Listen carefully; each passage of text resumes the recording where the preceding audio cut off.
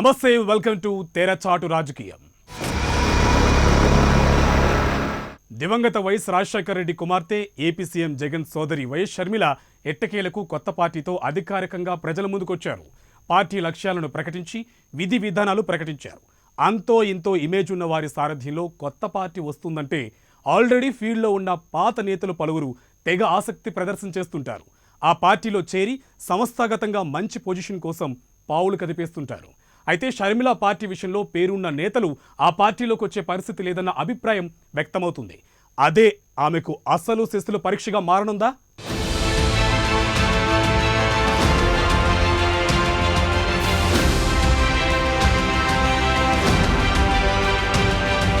ఇల్లు అలకగానే పండుగ కాదంటారు. అలాగే పార్టీ పెట్టగానే పనైపోయినట్లు కాదు. నడిపించాల్సిన తతంగం చాలా ఉంటుంది. ఒక వ్యక్తిగా ఏదైనా మాట్లాడవచ్చు, అయితే పార్టీ అధినేతగా అది సాధ్యం కాదు. ఆచితూచి మాట్లాడాల్సి ఉంటుంది. ఎందుకంటే వారు చెప్పేది పార్టీ విధానంగా జనంలోకి వెళ్తుంది. కాబట్టి షర్మిల చాలా జాగ్రత్తగా వ్యవహరించాల్సి ఉంటుంది. ప్రస్తుతానికి ఆమె పార్టీలో రాజకీయాలను ప్రభావితం చేసే నాయకులు, చరిష్మా ఉన్న నాయకులు ఎవరూ లేరని చెప్పాలి.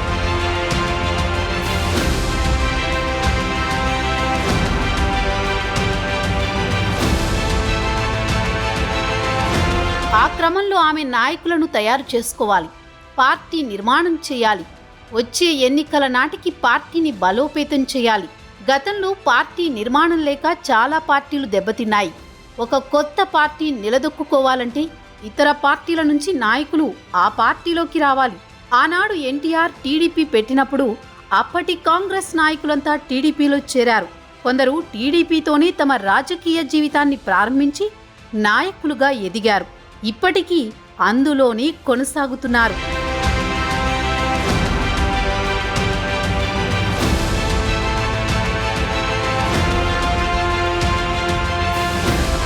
తెలంగాణలో టీఆర్ఎస్ కూడా వలస నేతలతో ఎదిగిన పార్టీని. కేసీఆర్ రాజకీయ స్ట్రాటజీలతో టీడీపీ దాదాపు ఖాళీ అయింది. కాంగ్రెస్ నుంచి కూడా చాలా మంది గులాబీ పార్టీలో చేరారు. ఆ క్రమంలో ఇప్పుడు టీఆర్ఎస్ కొత్త రాష్ట్రంలో తిరుగులేని స్థాయికి ఎదిగింది. ఇలాంటి పరిస్థితుల్లో సొంత పార్టీ మనుగడ కోసం ఇతర పార్టీల నుంచి షర్మిల నాయకులను తన పార్టీలోకి ఎలా ఆకర్షిస్తుందనేది ఆసక్తికరంగా మారింది.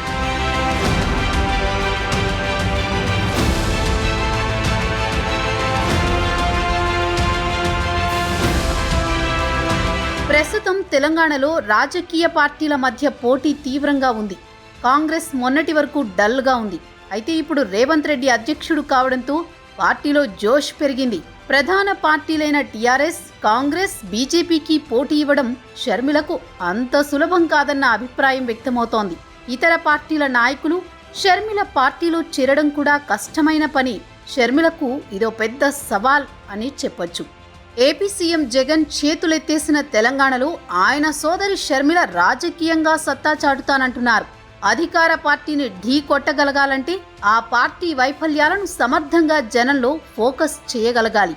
తమను ఆదరిస్తే ఏం చేయగలమో హత్తుకునేటట్లు చెప్పగలగాలి. ఇదంతా జరగాలంటే పార్టీకి బలమైన నేతలు, సంస్థాగత నిర్మాణం తప్పనిసరి. అలాగని వచ్చిన వారందరినీ పార్టీలో చేర్చుకుంటే బుట్టి మునగడం ఖాయం.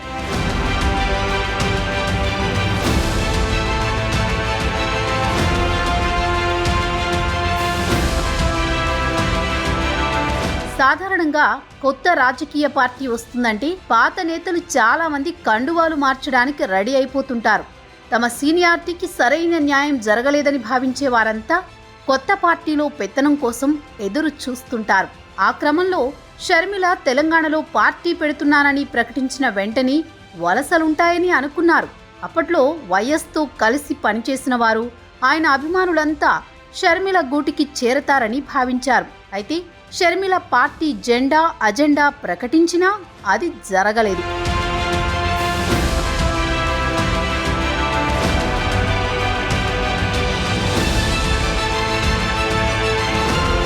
వైఎస్ఆర్ తెలంగాణ పార్టీ ఆవిర్భావ వేదికపై చెప్పుకోదగ్గ పెద్ద తలకాయలు కనిపించలేదు. వలసలు లేకపోవడంతో ఆ పార్టీలో ప్రస్తుతానికి షర్మిల మాత్రమే కనిపిస్తున్నారు. ఆమె తర్వాత ఎవరు, ఇతర ముఖ్య నేతలెవరు అనే దానిపై ఇంకా క్లారిటీ లేదు. ఇలాంటి పరిస్థితుల్లో ఏ పార్టీ నుంచి షర్మిల పార్టీలోకి వలసలుంటాయనేది చర్చనీయాంశంగా మారింది. అధికార టీఆర్ఎస్లో అసంతృప్తి నేతలున్నా కూడా వారు ఇప్పటికిప్పుడు బయటపడతారని, నేరుగా షర్మిల పార్టీలోకి వెళ్తారని చెప్పలేని పరిస్థితి. ప్రస్తుతానికి అధికార పార్టీలో అసంతృప్తిగా కనిపిస్తున్న నేతలు ఇప్పటికిప్పుడు బయటకు వచ్చేలా కనిపించడమే లేదు. మరో 2 ఏళ్లు అధికారం ఉండడం కూడా అందుకు కారణమన్న అభిప్రాయం ఉంది. అయితే వచ్చే ఎన్నికల నాటికి అసంతృప్తి బ్యాచ్ పార్టీ ఫిరాయింపులకి సిద్ధంగా ఉంటుంది. టీఆర్ఎస్ టికెట్ ఆశించి భంగపడిన వారికి షర్మిల పార్టీ ఆల్టర్నేట్ కావచ్చు. బడా నేతలు రాకపోవచ్చు, కానీ భంగపడిన నేతలు మాత్రం షర్మిలకు దగ్గరయ్యే అవకాశం ఉంది.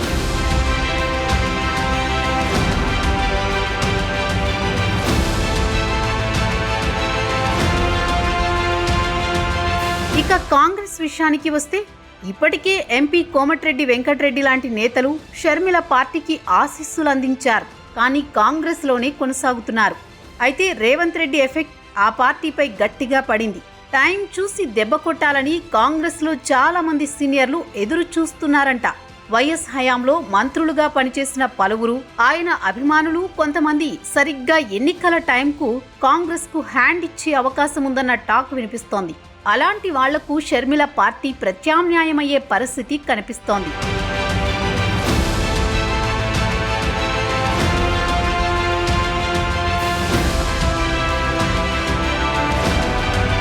కేంద్రంలో అధికారంలో ఉండడంతో తెలంగాణలో బీజేపీ దూకుడు పెరిగింది. టీఆర్ఎస్కు ప్రత్యామ్నాయం తామే అని ప్రచారం చేసుకుంటోంది. దుబ్బాక గ్రేటర్ ఎన్నికల ఫలితాలతో ఆ పార్టీలో కొత్త జోష్ కనిపిస్తోంది. ఆ ఎఫెక్ట్తో వచ్చే ఎన్నికల నాటికి బీజేపీలో కూడా టిక్కెట్ల పంచాయతీ ఉంటుందనడంలో అనుమానం లేదు. సో అలాంటి వారంతా షర్మిల పార్టీ వైపు చూడొచ్చేమో. ఏదేమైనా వలసలు ఉంటేనే, పేరున్న నాయకులు కనబడితేనే పార్టీకి ఓట్లు పడతాయి. ఆ విషయం షర్మిలకి తెలియంది కాదు. అందుకే ఆమె ఇతర పార్టీల నేతల్ని నేరుగా టార్గెట్ చేయడం లేదు. కేవలం టీఆర్ఎస్పై మాత్రమే విమర్శనాస్త్రాలు సంధిస్తున్నారు. మరి షర్మిల వలస రాజకీయం ఎలా ఉంటుందో?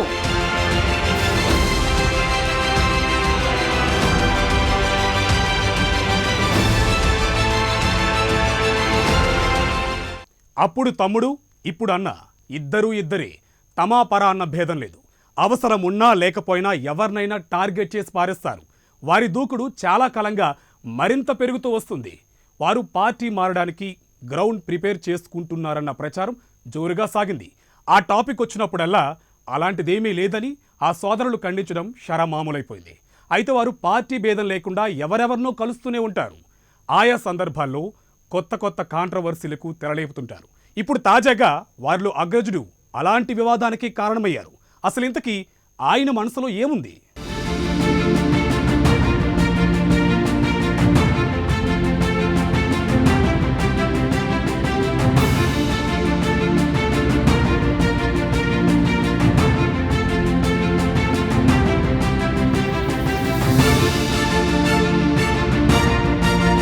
పార్టీ మారాల్సిన అవసరం మాకు లేదు. నల్గొండ జిల్లా రెబల్ బ్రదర్స్ కోమటిరెడ్డి సోదరులు తరచూ చెప్పే మాటిది. వైఎస్ హయాంలో ఉమ్మడి రాష్ట్రంలో రాజకీయంగా ఒక వెలుగు వెలిగారు ఈ అన్నదమ్ములు. వైఎస్ అనుచరులుగా నల్గొండ జిల్లా రాజకీయాల్లో గట్టిగానే చక్రం తిప్పారు. అయితే వైఎస్ తదనంతరం వారి స్పీడ్కు బ్రేకులు పడుతూ వచ్చాయి.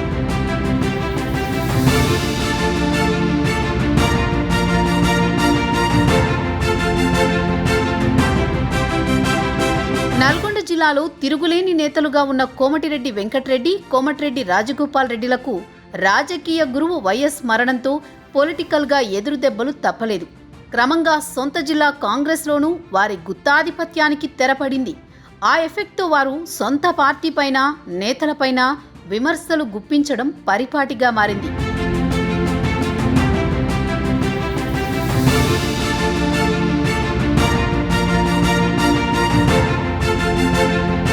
ప్రస్తుతం కోమటిరెడ్డి బ్రదర్స్ ఒకరు ఎమ్మెల్యేగా, ఇంకొకరు ఎంపీగా కాంగ్రెస్లోనే కొనసాగుతున్నారు.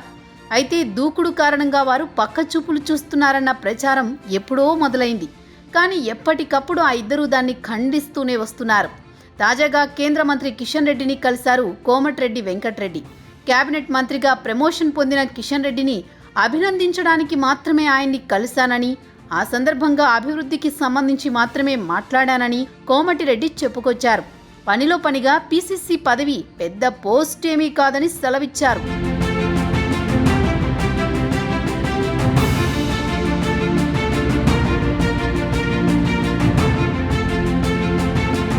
అదే ఇప్పుడు వివాదాస్పదంగా మారింది. కేంద్ర మంత్రిని కలిసి వచ్చిన సందర్భంగా పీసీసీ అధ్యక్ష పదవి తన స్థాయికి చాలా చిన్న పదవి అని కాంగ్రెస్ ఎంపీ కోమటిరెడ్డి వ్యాఖ్యానించారు.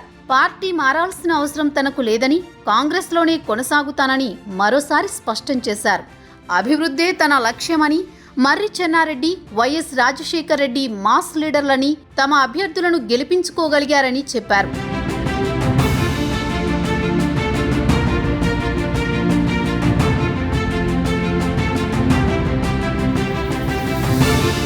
ఉత్తమ్ కుమార్ రెడ్డి, భట్టి విక్రమార్క నియోజకవర్గాల్లో అలా జరగలేదని, భట్టి నియోజకవర్గంలో 4 కౌన్సిలర్లను కూడా గెలిపించుకోలేకపోయారని వారిని ఎత్తిపొడిచారు. ఆయన తన నియోజకవర్గ అభివృద్ధి కోసమే కేంద్ర మంత్రిని కలిశానని, రాజకీయాలపై తమ మధ్య ఎలాంటి చర్చలు జరగలేదని వివరణ ఇచ్చుకున్నారు. అంతవరకు బానే ఉన్నా పార్టీ పదవిని చిన్నబరుస్తూ, పార్టీ నేతల్ని అవమానపరుస్తూ చేసిన వ్యాఖ్యలు చర్చనీయాంశంగా మారాయి.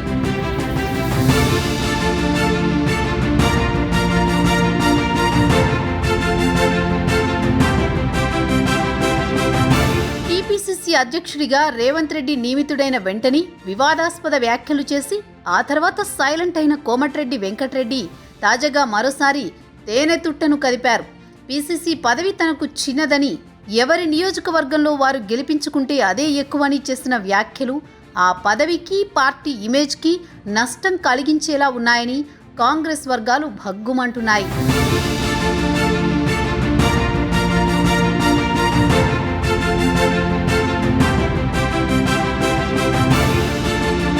గతంలో ఆయన సోదరుడు ఎమ్మెల్యే కోమటిరెడ్డి రాజగోపాల్ రెడ్డి బీజేపీకి అనుకూలంగా, కాంగ్రెస్కు వ్యతిరేకంగా వివాదాస్పద ప్రకటనలు చేశారు. అయితే పార్టీకి చెందిన 12 మంది ఎమ్మెల్యేలు టీఆర్ఎస్ ఎల్పీలో విలీనం కావడం, సభలో 6 సభ్యులు మాత్రమే మిగలడంతో రాజగోపాల్ రెడ్డిపై చర్యలకు కాంగ్రెస్ పార్టీ వెనకడుగు వేసింది. అయితే కొద్ది నెలలుగా ఈ విషయంలో రాజగోపాల్ రెడ్డి సైలెంట్ అయ్యారు. ఇప్పుడు ఆయన అన్న వంతు వచ్చింది. పీసీసీ పీఠం దక్కకపోవడం వల్లే వెంకటరెడ్డి నిరసన గళం వినిపిస్తున్నారన్న అభిప్రాయం వ్యక్తమవుతోంది.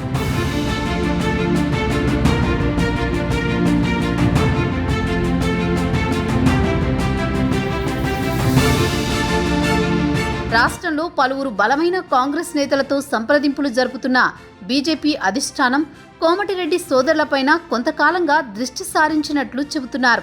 అయితే వెంకటరెడ్డి మాత్రం సుముఖత వ్యక్తం చేయలేదని అంటున్నారు. అదలా ఉంటే కోమటిరెడ్డి సోదరుల కుటుంబానికి చెందిన కంపెనీ ఈశాన్య రాష్ట్రాల్లో పలు నిర్మాణ కాంట్రాక్టులు చేస్తోందని కాంగ్రెస్ వర్గాలు చెబుతున్నాయి. ఈ నేపథ్యంలో ఆ రాష్ట్రాల అభివృద్ధి శాఖ మంత్రి కిషన్ రెడ్డిని కలిసిన అనంతరం వెంకటరెడ్డి వివాదాస్పద వ్యాఖ్యలు చేశారు. మరి కోమటిరెడ్డి లెక్కలేంటో?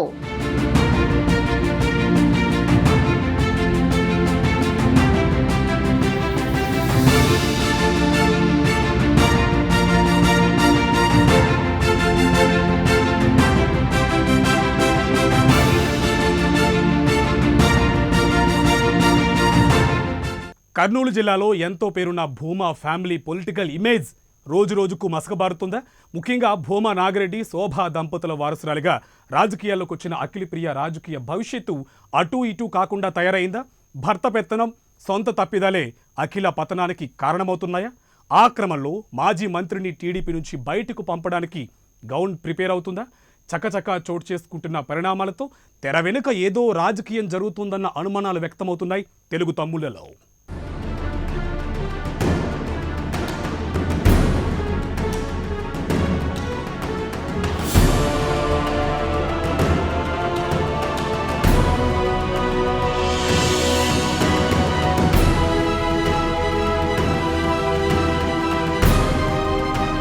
అఖిలప్రియ భూమా కుటుంబ వారసురాలిగా పొలిటికల్ ఎంట్రీ ఇచ్చి పిన్న వయసులోని మంత్రి పదవి దక్కించుకున్న నాయకురాలు. తల్లి శోభా నాగిరెడ్డి ఆకస్మిక మృతితో అఖిలప్రియ రాజకీయాల్లోకి వచ్చారు. తర్వాత మారిన రాజకీయ పరిణామాలతో తండ్రి భూమా నాగిరెడ్డితో కలిసి ఆమె కూడా టీడీపీలో చేరారు. ఆ తర్వాత కొంతకాలానికి భూమా నాగిరెడ్డి హఠాన్ మరణంతో ఖాళీ అయిన నంద్యాల అసెంబ్లీ నియోజకవర్గం నుంచి ఆయన అన్న కుమారుడు బ్రహ్మానందరెడ్డి గెలుపొందారు.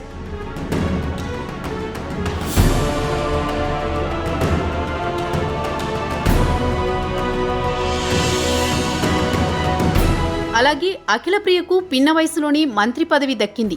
అలాంటామె రాజకీయ భవిష్యత్ ఇప్పుడు త్రిశంకు స్వర్గంలో ఉన్నట్లు కనిపిస్తోంది. ఆమె అనాలోచిత దూకుడు, భర్త భార్గవరాం వైఖరే ఈ పరిస్థితికి కారణమని భూమా కుటుంబ అభిమానులే విమర్శిస్తున్నారంటే పరిస్థితి అర్థం చేసుకోవచ్చు.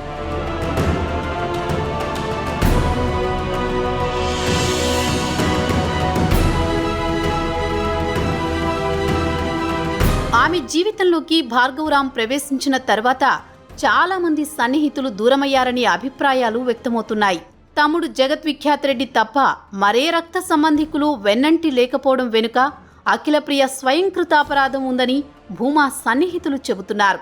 తాజాగా కోవిడ్ నకిలీ సర్టిఫికెట్లను సమర్పించిన కేసులో భర్త భార్గవరాం, తమ్ముడు జగద్విఖ్యాత్ రెడ్డి ఇరుక్కోవడాన్ని భూమా అభిమానులు తప్పుపడుతున్నారు.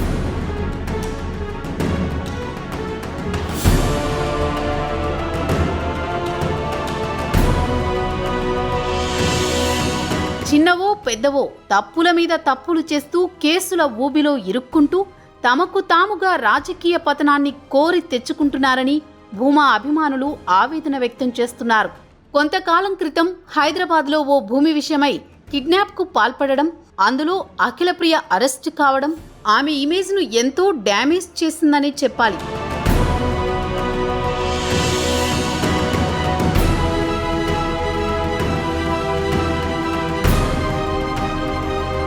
భూమా అఖిలప్రియ వెంట ఉంటే ఎలాంటి కేసుల్లో ఇరుక్కోవాల్సి వస్తుందో అన్న ఆందోళన గ్రామస్థాయి టీడీపీ నేతల్లో నెలకొందట. అసలు ఆమె పేరు చెబితేనే భయపడే పరిస్థితి ఉందంటున్నారు. ఇదంతా భర్త భార్గవరాం కారణంగానే అన్న అభిప్రాయం వ్యక్తమవుతోంది. ఆ క్రమంలో అఖిలప్రియతో పాటు ఆమె తమ్ముడు జగత్ పొలిటికల్ కెరీర్ కూడా నాశనమవుతోందనే ఆవేదన భూమా అభిమానుల్లో వ్యక్తమవుతోంది.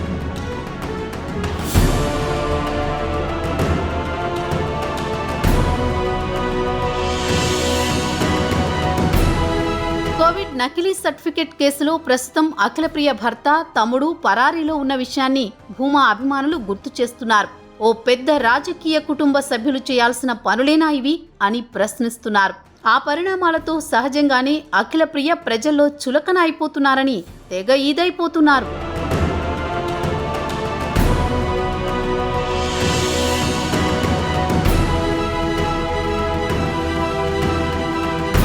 మరోవైపు ఆళ్లగడ్డలో అఖిలప్రియ, ఆమె భర్త భార్గవరాం, తమ్ముడు జగత్ వ్యవహారాలపై టీడీపీ అధిష్టానం సీరియస్గా ఉందట. ఇటీవల టీడీపీ ప్రధాన కార్యాలయం నుంచి నియోజకవర్గంలోని గ్రామస్థాయి నాయకులకు ఫోన్లు చేస్తూ నియోజకవర్గంలో పార్టీ పరిస్థితిపై ఆరా తీస్తున్నారని సమాచారం. ఈ సందర్భంగా అఖిలప్రియ నాయకత్వం, ఆమె భర్త భార్గవరాం చేష్టలపై టీడీపీ గ్రామ నేతలు అసంతృప్తి వ్యక్తం చేస్తున్నట్లు తెలిసింది.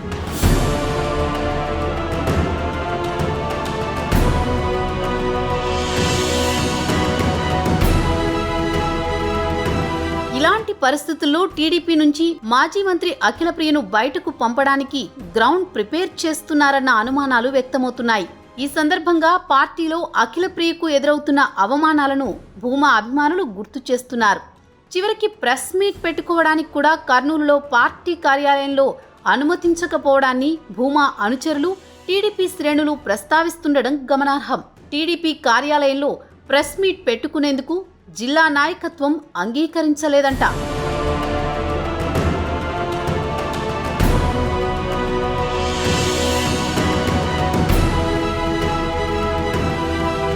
రాష్ట్ర నాయకత్వం ఆదేశాల మేరకే జిల్లా నాయకత్వం పార్టీ కార్యాలయంలో ఆమె ప్రెస్ మీట్కు అనుమతించలేదని చెబుతున్నారు.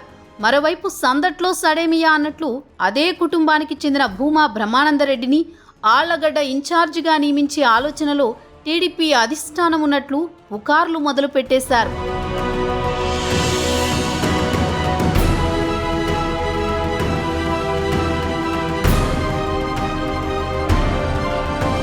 ఏదేమైనా ఆళ్లగడ్డలో అఖిలప్రియ ఇమేజ్ ఒకంత డ్యామేజ్ అయినట్లే కనిపిస్తోంది. ఇలాంటి పరిస్థితుల్లో తన నాయకత్వాన్ని నిలుపుకునేందుకు అఖిలప్రియ తన లోపాలను సరిదిద్దుకుంటారో లేకపోతే భర్త అడుగుజాడల్లోనే నడుచుకుంటూ భవిష్యత్తును నాశనం చేసుకుంటారో అంతా ఆమె చేతుల్లోనే ఉందని కర్నూలు జిల్లాకు చెందిన ఓ సీనియర్ టీడీపీ నేత చెప్పడం గమనార్హం. మరి చూడాలి భూమా వారసురాలి ఫ్యూచర్ ఎలా ఉండబోతోందో.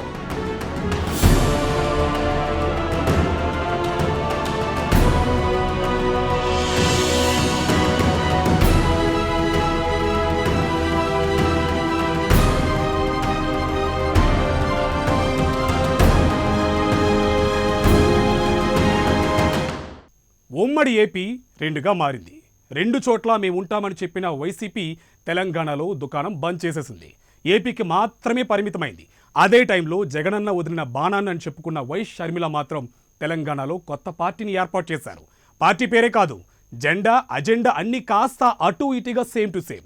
తేడా ఏంటి అంటే అక్కడ అన్న ప్రెసిడెంట్ అయితే ఇక్కడ చెల్లెలు ప్రెసిడెంట్. అయితే జగన్ పార్టీ గౌరవ అధ్యక్షురాలుగా ఉన్న వైఎస్ విజయమ్మ ఇప్పుడు షర్మిల వెంటే నడుస్తున్నారు. అంటే విజయమ్మ ఓ స్టాండ్ తీసుకున్నారా? జగన్కు దూరంగా జరుగుతున్నారా? Have a look and story.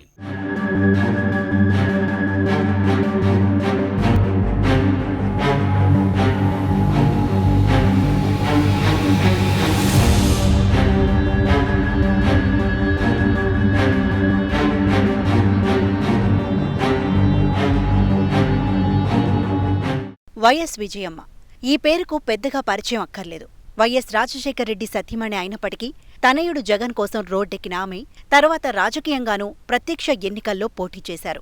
YSR మరణం వరకు తెరచాటు గృహిణిగా ఉన్న ఆమె ఆ తర్వాత పులివెందుల నుంచి కాంగ్రెస్ తరపున ఎమ్మెల్యేగా ఏకగ్రీవంగా ఎన్నికయ్యారు. తర్వాత జగన్ కాంగ్రెస్ నుంచి బయటకు వచ్చాక ఆమె పులివెందుల నుంచి వైసీపీ తరపున ఎమ్మెల్యేగా పోటీ చేసి తన మరిది మాజీ మంత్రి దివంగత వివేకానందరెడ్డి మీదే గెలిచారు. ఇక 2014 ఎన్నికల్లో విజయమ్మ వైజాగ్ నుంచి ఎంపీగా పోటీ చేసి ఓడిపోయారు. ఇక ఇప్పుడు వైసీపీ గౌరవ అధ్యక్షురాలిగా కూడా ఉన్నారు. అయితే ఇప్పుడు ఆమె చేసిన కామెంట్లు చూస్తే వైసీపీ గౌరవ అధ్యక్షురాలిగా కాకుండా తన కుమార్తె తెలంగాణలో పార్టీ పెట్టుకున్న షర్మిల వైపే మొగ్గు చూపుతున్నారనేది స్పష్టంగా తెలిసిపోయింది.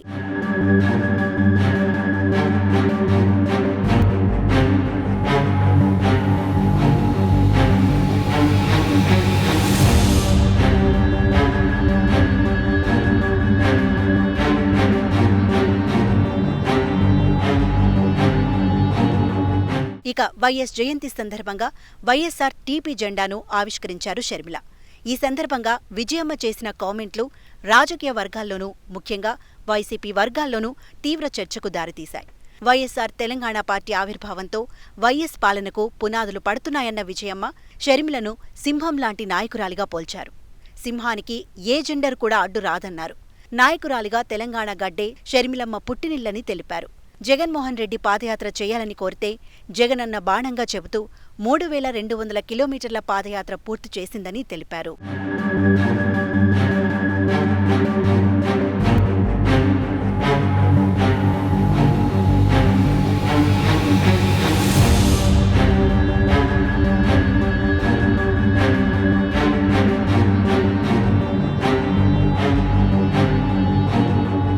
మరోవైపు తన కాలు ఫ్రాక్చర్ అయినా షర్మిల పాదయాత్ర ఆపలేదని విజయమ్మ అన్నారు. ఈ కామెంట్స్ చూస్తే పూర్తిగా విజయమ్మ షర్మిల వైపే మొగ్గు చూపుతున్నారని స్పష్టంగా తెలుస్తోందని అంటున్నారు పరిశీలకులు. కొద్ది రోజులుగా ఆమె వైసీపీ గౌరవ అధ్యక్షురాలి హోదాలో ఉండి ఆ పార్టీ గురించి కానీ తనయుడు జగన్ గురించి కానీ ఎక్కడా మాట్లాడడం లేదు. షర్మిలను మాత్రం ఎప్పటికప్పుడు ఆకాశానికి ఎత్తేస్తున్నారు. ప్రస్తుతం విజయమ్మ వైసీపీ గౌరవ అధ్యక్షురాలిగా ఉన్నప్పటికీ ఇక ఏపీ విషయంలోనూ జగన్ విషయంలోనూ ఆమె పాత్ర తగ్గుతుందని, కేవలం తన కుమార్తెను హైలైట్ చేసుకోవడంతో పాటు తెలంగాణలో రాజకీయంగా దూకుడు చూపించేందుకు ప్రాధాన్యం ఇస్తారని విశ్లేషకులు భావిస్తున్నారు. ఈ పరిణామం అంటే విజయమ్మ తీసుకున్న స్టాండును బట్టి తెలంగాణ రాజకీయాలకే ఆమె పరిమితం కావడం ఖాయంగా కనిపిస్తోంది.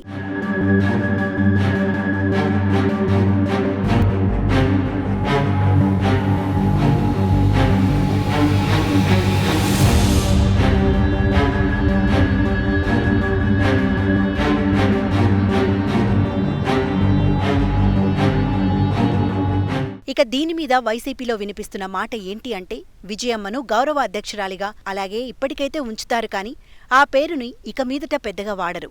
వైసీపీలో రానున్న రోజులలో జగన్ 1 to 10గా ఉంటారట. పార్టీ ప్రకటనలో కానీ పార్టీ రాజ్యాంగంలో కానీ ఇక మీదట ఆమె పేరు అంతగా కనిపించకపోవచ్చునని అంటున్నారు. అయితే ఇవన్నీ తేలాలి అంటే వైసీపీ నిర్వహించే ప్లీనరీలోనే అని కూడా అంటున్నారు. ఇప్పటికీ 4 ఏళ్లుగా వైసీపీ ప్లీనరీ జరగలేదు. నిజానికి ఈ ఏడాది జులైలో జరగాలి. కానీ కరోనా ఒకవైపు, షర్మిలా పార్టీ మరోవైపు, దాంతో ఆగింది అంటున్నారు. కానీ తొందరలోనే ప్లీనరీ నిర్వహిస్తారట. అప్పుడు గౌరవ అధ్యక్ష పదవి మీద కీలకమైన నిర్ణయమే తీసుకోవచ్చు అంటున్నారు. చూడాలి మరి ఏం జరుగుతుందో.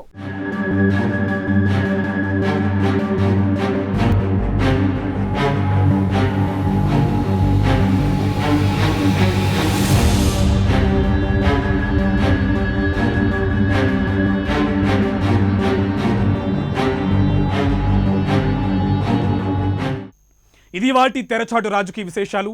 మరిన్ని వివరాలతో నెక్స్ట్ ఎపిసోడ్లో కలుద్దాం. Until then stay with us.